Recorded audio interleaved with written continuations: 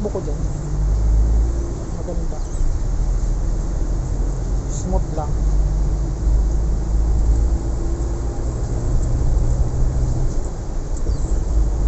Nang di umanoy. Hindi, doon pa yata sa Gawito. Medyo malapit na yata sa bayan yun. Biglang nakaramdam ako ng hindi maganda. Parang mataas yung BP ko. Nag-rapid heartbeat ka.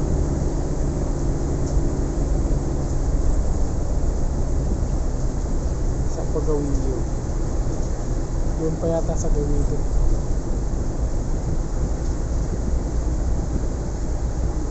Nag-iisip tuloy ako ng bumuelta. Kasi malapit-lapit pa. O yan, overtake pa ako eh.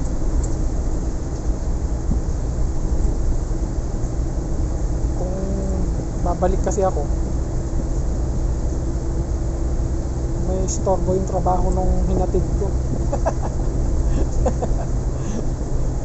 Kaya nakiramdam muna ako. Kaya wala akong kibo dito mula sa biyahe na yan. Parang may nararamdaman na yata ako dyan. Ayan, nag-iisip na ako kung parang doon pa sa gawin.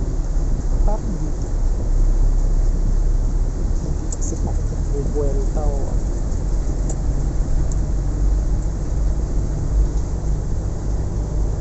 Kaya yun. Layo na. Tagal ko hindi naranasan yan. Nga. Layo na pinunta natin na. Panic attack. Ay, nako. Galing kami dito sa Emis. Ano ba yun? Events place. Walang kibu yung driver eh. Dito kami sa... Oo, dyan yata ako nagpaplano ng bumuelta.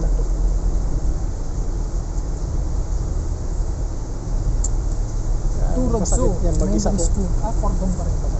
Sa bagay, magkukwento naman ako mamaya eh. Ito eh, voice over ito eh. Sige, hintayin natin.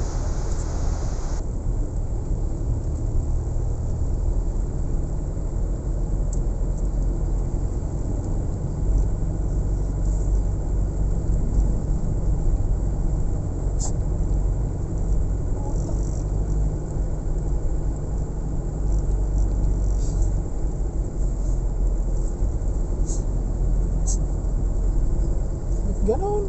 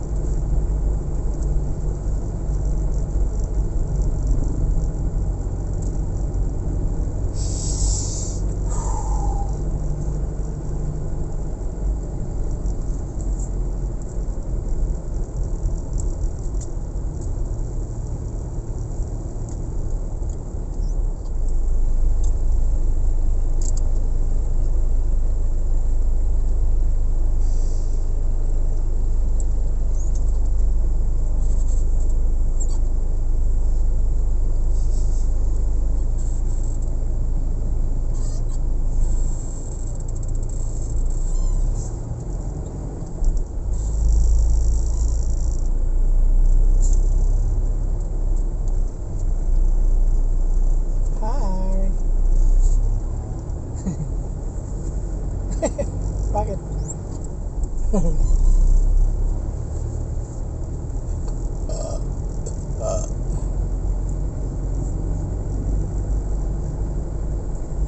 Punta ka sa likod? Gusto mo sa likod?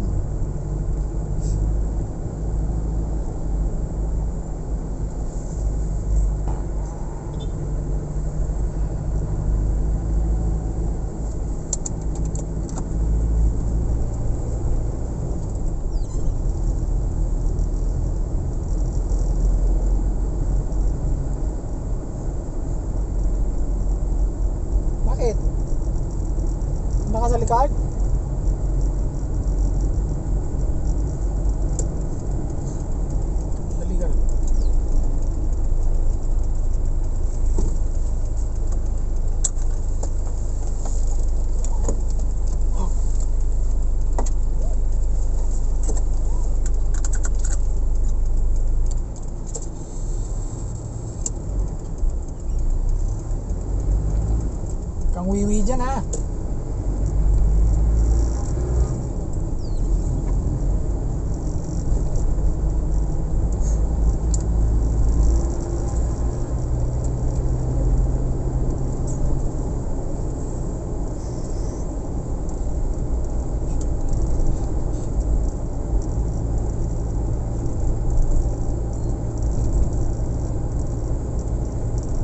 Alam nyo bang kasalukuyan ako nagda-drive ngayon. Nandito kami sa Cordon, pauwi ng Santiago City. Kasama ko itong bebe. Naghatid kasi kami kay kuya, yung anak kong panganay. Nagse-semi-panic attack ako, buwisit. Kainis.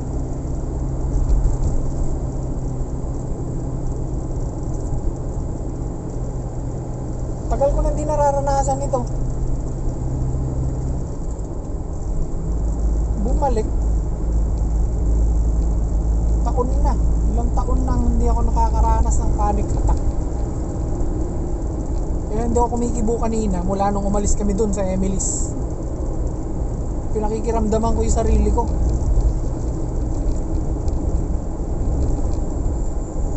Naulit na naman yung na-experience ko nun na panic attack. Sus, Ginoo. Kaya kanina pinakikiramdaman ko kung babalik ako doon sa pinanggalingan namin. Since malaki na experience natin sa panic attack, ayun, inhale, exhale, yun ang solusyon.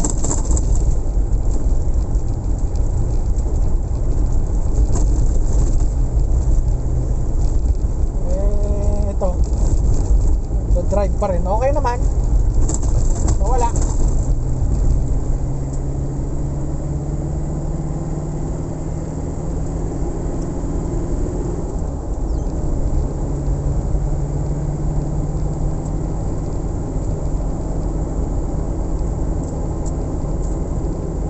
Sa 80 ang takbo natin. Ay, sus. Nakakain ko lang kasi bago kami naghatid.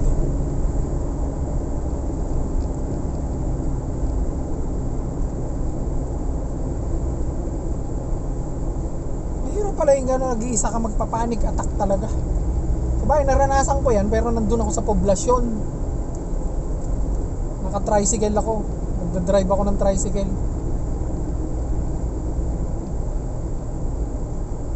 Hindi ko alam gagawin. Ang first step ko kasi ang feeling ko nun, di makahinga, rapid heartbeat, tapos parang ang taas-taas yung BP mo, tapos ayun, as in literal nagpapanik ako. Hindi ko alam ang gagawin ko ngayon. Nasa Victory Sur ako, papunta ako ng palengke. Iniisip ko kung sino yung pinakamalamit kong kamag-anak dun sa Victory. Ano ba yan? So ang ginawa ko, ayun, inhale, exhale din. Pinilit, pinakalma ko yung sarili ko.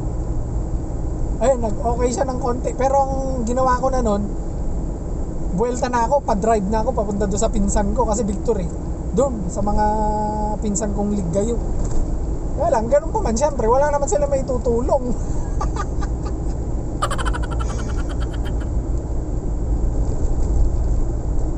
Kasi, panic attack nga. Kasi hindi ko naman ganong alam pa i-handle ang panic attack nun. Noon kasi pag naramdaman ko, once na naramdaman, nako, Diyos ko, hindi ko na alam gagawin ko. Ang takbuhan ko na kagad, asawa ko. Oo, yun lang ang nagpapakalma sa akin, yung misis ko. Nurse ko yun. Tagal na, ilang taon na bago ako nagganito uli.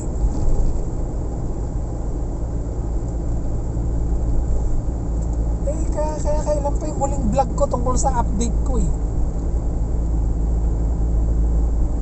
Ano ba yan? Siguro mataas na naman ang acid ko. Kasi mula nung gumanda kasi ang pakiramdam ko, Sarap kumain. Sarap kumain ng sarap kumain ng masarap. Yan, yung mga fast food. Tapos mga hindi mo maiwasan, sinigang. Kasi sila mag-uulam ng sinigang, ikaw hindi. Siyempre titikim ka. Kaya ayun, for how many years na yun? Hindi ko lang makakam. Siguro 2 years. Baka more than pa. Nakaranas ang ganyan.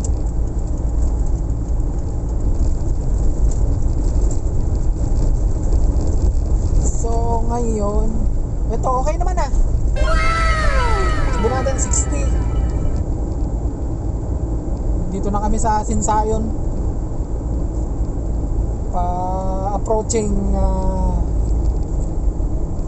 ano ito? Spring Garden Resort. Dito na kami sa Junction Bypass. Papunta ng Rizal itong kaliwa. Yan kaliwa na yan. Yan. Papunta ng Bypass Road.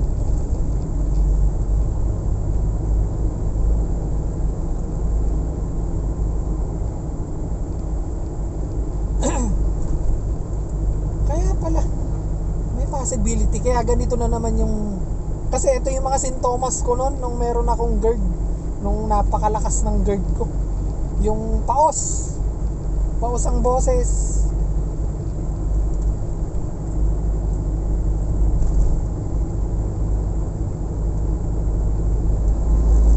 tapos yung biglang may susulpot na bigla kang sisipunin. Yun yung mga sintomas ko nun ng GERD. Bigla kang sisipunin. Tapos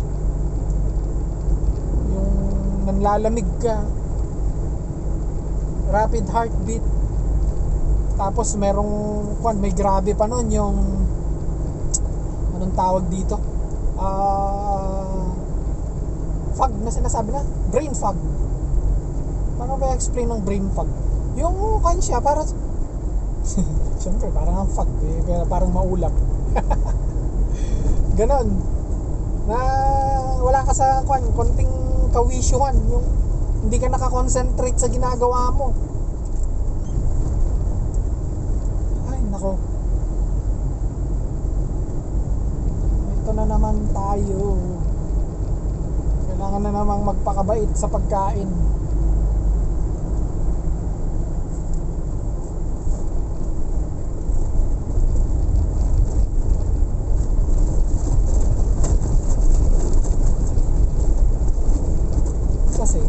Tamang kain ng may GERD, yun lang, mga laga-laga na isda, walang lasa.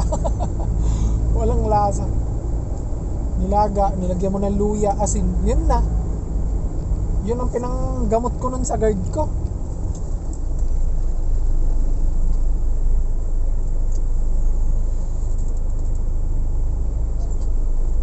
Luya, asin, isda.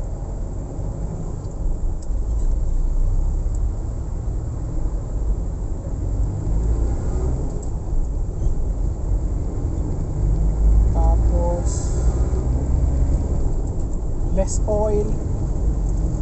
No, totally walang oil nun nung nagkukan ako. Papagaling ako. Walang oil. Tapos walang yung mga maalat, wala lahat. Tapos yung walang kamatis, walang paminta. As in, totally wala. Ilang taon din ako nagtsagaan na gano'n. Tapos ngayon, tumigas ang ulo ulit. Meron na naman. My goodness. Kinabahan ako dun. Pero kanina, pwede pa na may buwelta. Punta ako kay Jonathan sa anak ko. Kaya lang, siyempre may istorbo yung trabaho nun. May spinner yun. Siyang Siya yung nasa, yung tawag sa ganun, yung nasa backup ng event host. Siya yung nagko-control ng sound system. Kung nakakatawa, kung nakaka-enjoy yung tugtog, siya ang may control lahat nun. Pag bumuelta ako kanina, istorbo. Ngayon, ginawa natin ng solusyon. Inhale, exhale. Pero kung first time mong mararanasan yon, sabihin ko sa'yo, may malubha kang sakit. Malubhang sakit. Malubha talaga. Ang hirap nun nung hindi ko pa alam i-handle ang GERD, yung panic attack. Related kasi yun. Ba't kasi magka-relate yan dalawa na? Yung GERD sa panic attack. Pag tumataas ang acid. Kaya pag first time mo na-meet,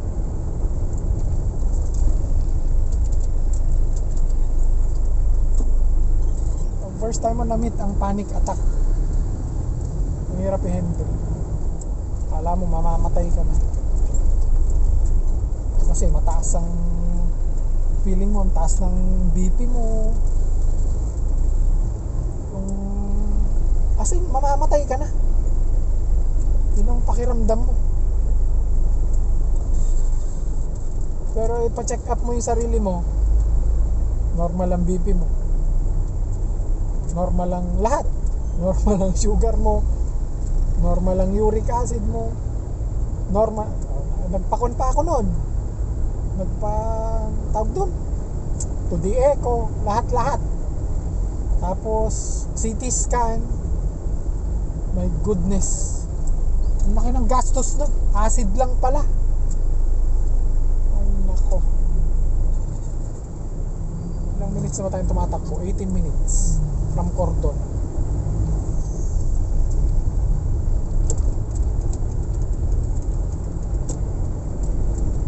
Dito na tayo sa Santiago proper. Hi! Uy, may chicks dun. Ganda, meron siyang dog.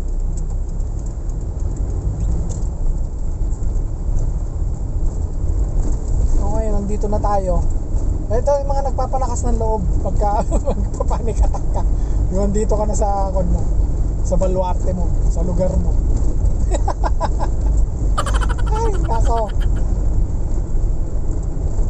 Hindi ako makakibo kanina. Nagbibideo ako. Sinet up ko kasi yung video ng sasakyan. Pag-alis. Binanggit ko pa yung Emily's kanina doon. Pagbaba doon sa may daan, pucha, nakaramdam ako.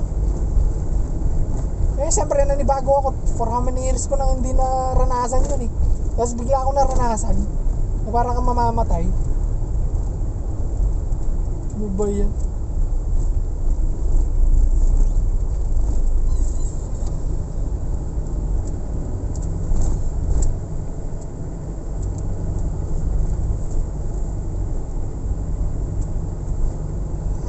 Mga tao kung ano nang nararanasang sakit.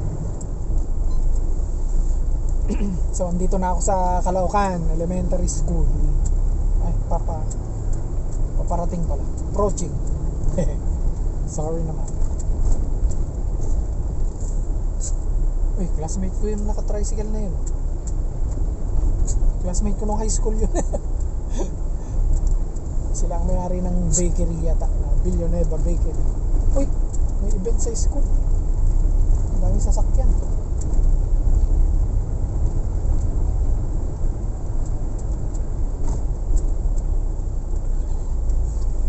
At yan, dito na ako sa Caloocan Crossing ng SIMC.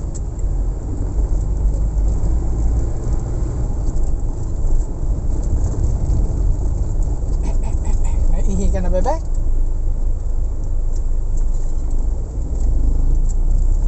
Uwi na sanay ka, mamaya sa bahay na, sandali lang na. Malapit na tayo. Nag-iinarte yung driver mo.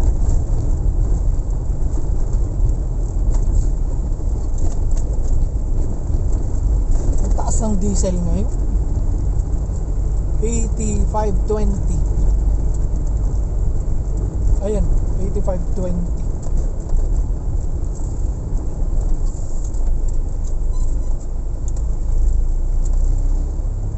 Sa iba, pare-pareho sila, 85.20.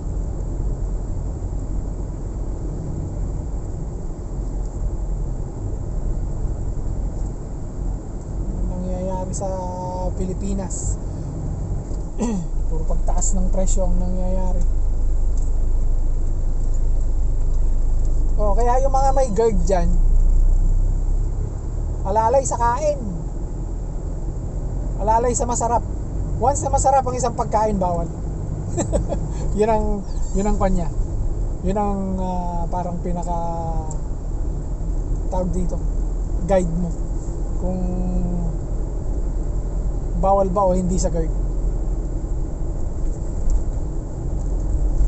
Pag masarap, bawal.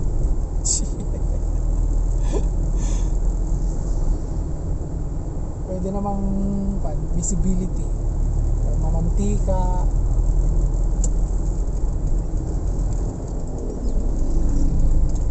Dito na kami sa tulay ng Baluarte. Malapit na kami sa bahay.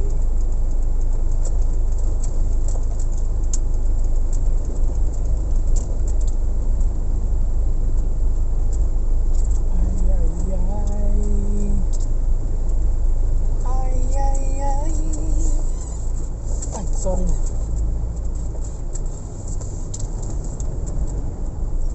Ba't yun yung video square? Kapindot yung 20 ilang minutes natin tinakbo. 23 minutes. Dito na kami sa Gijonville Subdivision, ang pinakatahimik na subdivision. Patahimik na dito, grabe. Huwag lang may magba-birthday. Sabagay yung iba nag-adjust naman na pagka may birthday sila. Siguro inaway na rin ng kapitbahay. Uy, ano ba basura? Ang basura namin 2 linggo na hindi kinukuha. Ang babaho na.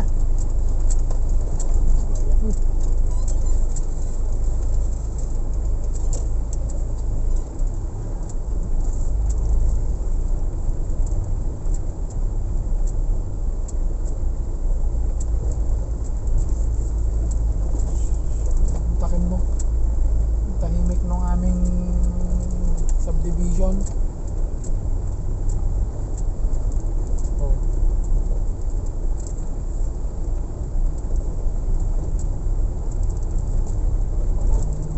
Wala halos tao. Ayun, nagsisipasok pa yung ibang tao doon. Ngayon mga nakita. Dito na kami sa bahay.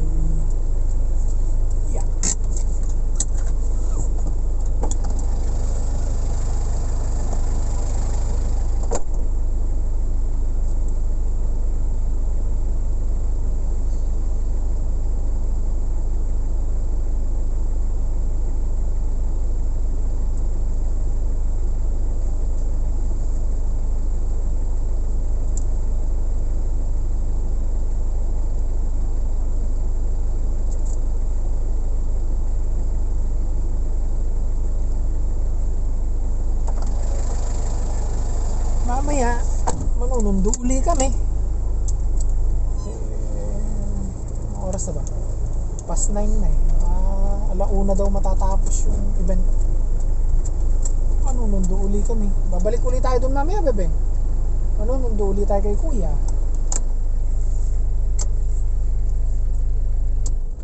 Kasama ko kasi yung bebe.